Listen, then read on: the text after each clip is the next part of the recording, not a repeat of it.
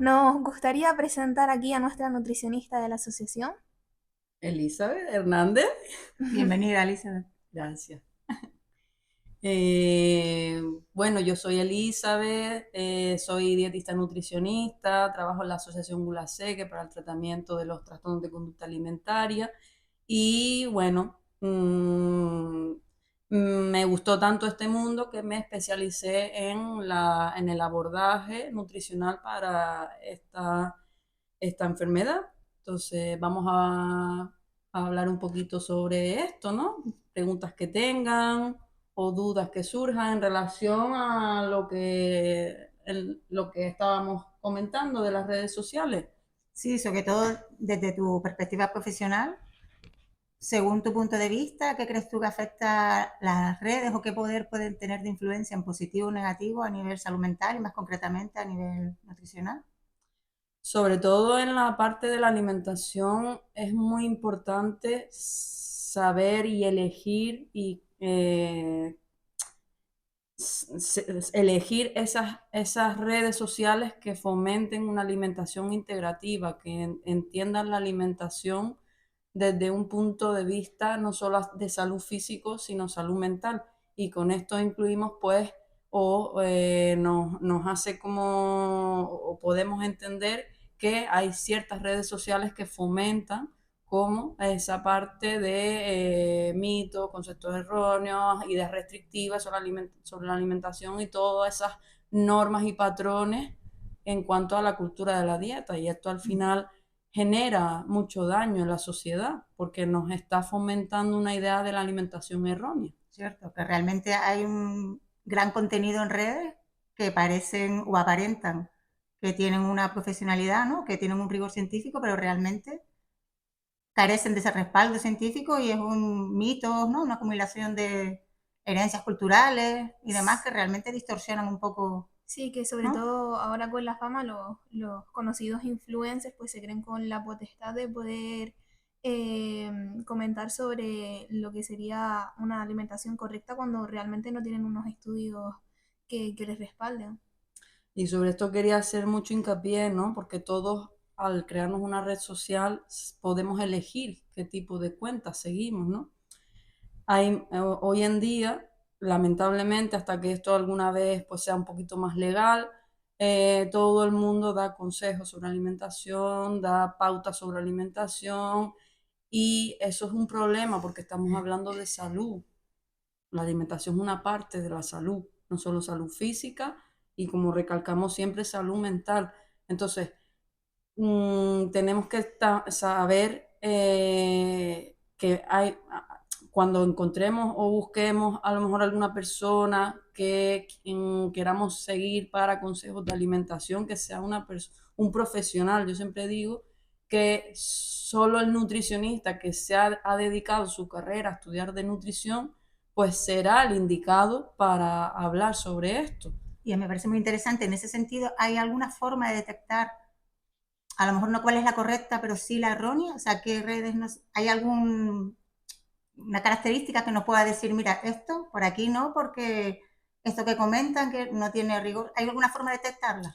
Pues normalmente el profesional cualificado se le va a decir o se le va a hacer referencia siempre como dietista nutricionista.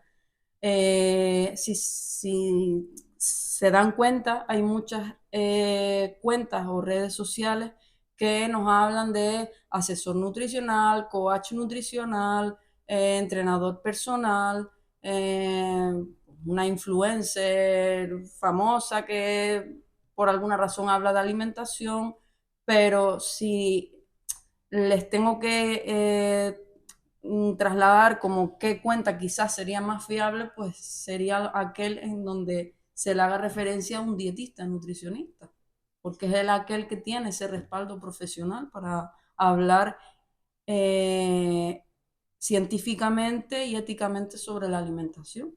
Y en relación a esto, sí es cierto que muchas veces no nos damos cuenta de que algunas de las cuentas a las que seguimos pues nos perjudican más de lo que nos beneficia. Nos benefician. ¿Crees que deberíamos hacer alguna limpieza rutinaria de las cuentas que seguimos para poder seguir a las que realmente nos estén aportando algo? Claro. Yo creo que cuando uno va si hablamos por ejemplo de Instagram, TikTok, Facebook, pues realmente solo con hacer un vistazo de qué lenguaje tiene esa persona sobre la alimentación, identificaremos si habla de la alimentación en forma restrictiva, si habla demonizando alimentos, si habla eliminando ciertas conductas alimentarias, si tiene, digamos, una forma extremista de hablar de la alimentación. Yo creo que ya eso serían pues 3 ítems que nos ayudaría a filtrar si realmente esa persona me va a aportar de forma saludable lo que diga de la alimentación.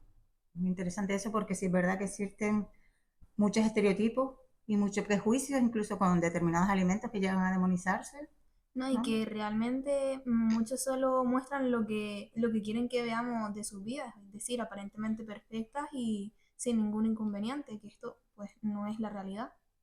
Totalmente. Siempre a lo mejor nos van a mostrar esa parte de la alimentación que quiere vender o quiere que veamos, pero no es la realidad. Por eso no deberíamos creer pues todo lo que vemos en redes sociales. Totalmente. Y teniendo esto en cuenta que no podemos creer todo lo que vemos en redes sociales, ¿te gustaría desmentir algún mito que se te ocurra? O... Bueno, hay muchos, ¿no? Ujú. Pues yo siempre digo que, a ver, voy a pensar en lo más común. Ahora mismo está muy de moda el ayuno intermitente. El ayuno intermitente no es nada bueno en la salud de la persona. ¿Por qué? Porque nuestro organismo está diseñado para cubrir unos ritmos biológicos, ¿no? Y yo cada cierto tiempo necesito tener un aporte nutricional. ¿Qué pasa en el ayuno?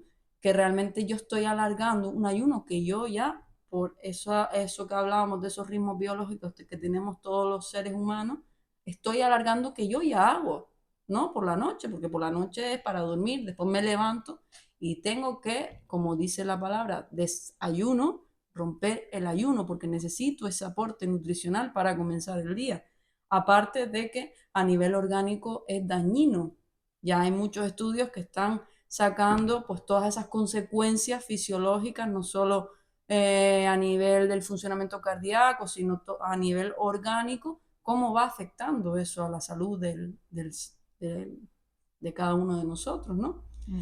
No solo el ayuno intermitente, pues a lo mejor el tema de demonizar los hidratos de carbono es una cosa que sigue, a pesar de Sí. que se habla de la importancia, de que a nivel científico se demuestra la importancia de los hidratos de carbono, no sé por qué. Es un mito que sigue arrastrándose con el paso del tiempo, cuando el hidrato de carbono es una parte fundamental de la alimentación, porque gracias al hidrato de carbono, pues todas esas células que conforman, digamos, todos nuestros órganos tienen la energía para funcionar y no lo pueden obtener de otro nutriente, ¿vale? Y no solo por esa función energética, también tiene una parte de pues, reestructuración del ADN, tiene esa parte de pues, esa función más estructural, ¿no? Pues tiene otras funciones, pero principalmente siempre destaca por lo que lo hace diferente, que es ese aporte de energía para que nuestros órganos funcionen eficazmente. Por lo tanto, no podría decirse que haya alimentos malos o prohibidos, sino que debe ser un equilibrio. O Exactamente. realmente existe algún alimento que deba eliminarse de nuestra alimentación. No hay ninguno que deba eliminarse y si se elimina realmente no estamos cubriendo una alimentación saludable, porque Ujú. estoy arrastrando seguramente un problema de salud mental. Yo no necesito restringir ningún alimento, yo puedo tener una alimentación perfectamente equilibrada y saludable, incluyendo todos los alimentos, pero si es cierto, como siempre hemos escuchado, hay ciertos alimentos que incluyo con una frecuencia mayor y que deben estar en una frecuencia mayor, y hay otros que no tanto, pero tienen que formar parte todos en mi día a día, porque al final mmm, eso es lo que a la larga me aportará un contexto con la alimentación de forma saludable. Ujú. Muy bien. Pues vemos que tienes bastantes ideas para aportar y términos de los que hablar correctamente. Entonces, ¿te gustaría ayudarnos a hacer crecer nuestro podcast sembrando alguna idea?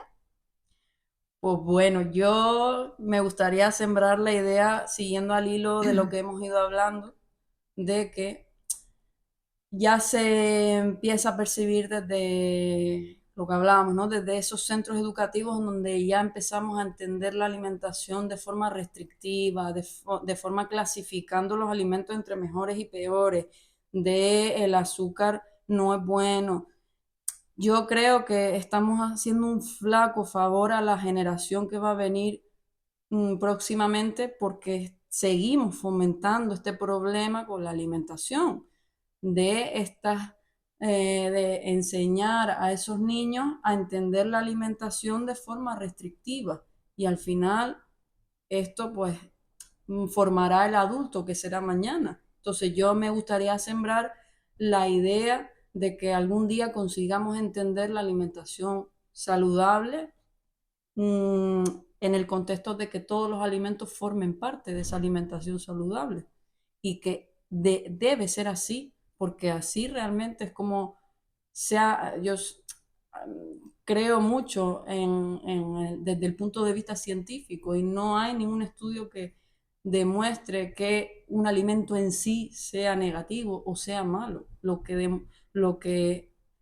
Por lo tanto, entender lo que es la alimentación, integrando todos los alimentos, es lo que hará de nosotros pues esa salud física y mental que buscamos. Y ampliar también quizás el concepto de alimentación no solo a nivel nutricional, sino también a nivel el de compartir, el de disfrutar, ¿no? A nivel ese componente emocional y social que Así es, tiene, ¿no? componentes de socialización, familiar, experiencias, recuerdos, ¿no? Cultura, la alimentación también es cultura, depende del sitio donde estemos, pues lo integran unos alimentos que lo hacen característicos de nuestra sociedad. Entonces, la alimentación va mucho más allá de una cuestión fisiológica o física en sí. El alimento es mucho más. Ujú. Porque al final, también con la alimentación se nos olvida que hay que disfrutar de lo que comemos, ¿no? Y esa Toda la parte, razón, Elizabeth. Muchas gracias por participar en nuestro Muchísimas podcast gracias. y a por ustedes. aportarnos esa semillita. Gracias. Muchas gracias.